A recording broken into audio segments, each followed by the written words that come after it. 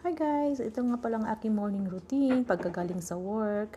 6:10 ng umaga. Mag-prepare muna tayo ng baon ng mga bata sa school habang natutulog pa sila. Yan, so magpagkawat. Simple lang naman ang kanilang breakfast ngayong araw guys. Gagawin ko lang ay ham and cheese. So ayan. Kaso nga lang guys, itong mayonnaise na sana ilalagay ko ay yung seal ay sira. So bagong bili ko lang yan guys sa Costco. At mamaya ipapalit ko yan doon sa Costco mamaya. Para kumuha tayo ng panibagong mayonnaise.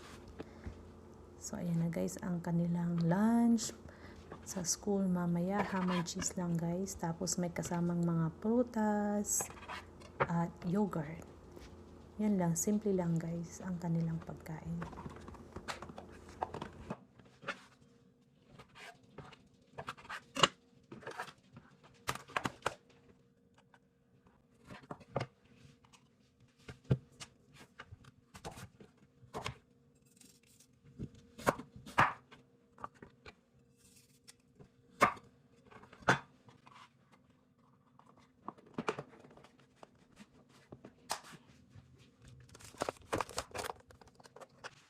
So, ayan, ready na ang kanilang lunch. Ilalagay na lang natin sa kanilang mga backpack. Siyempre, huwag din kakalimutan ang tubig.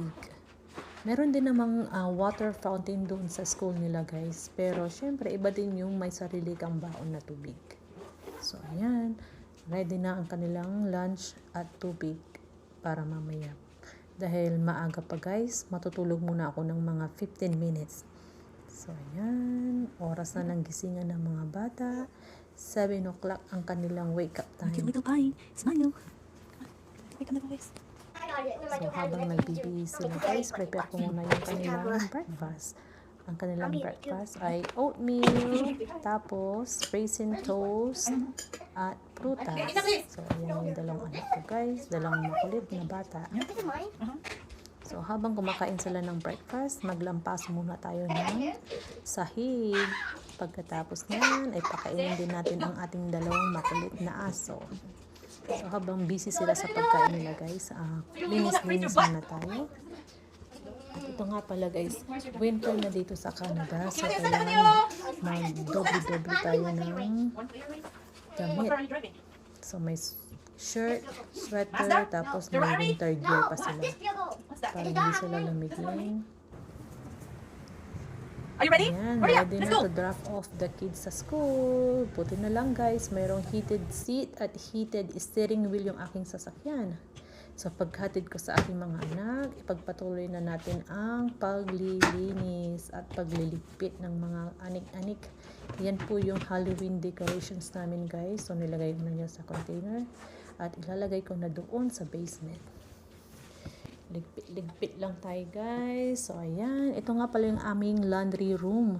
So itong laundry room namin guys, magulo siya guys kasi pininturahan ko yung likod. Ayan, kung nakikita nyo, dalawang klaseng kulay ang naandyan sa walls.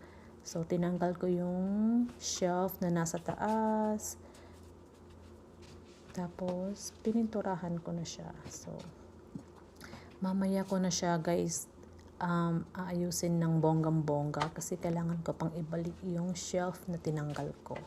So, ayan, ilagay ko muna lahat sa loob guys. Itatabi ko muna lahat para makapag-vacuum ako dito sa hole.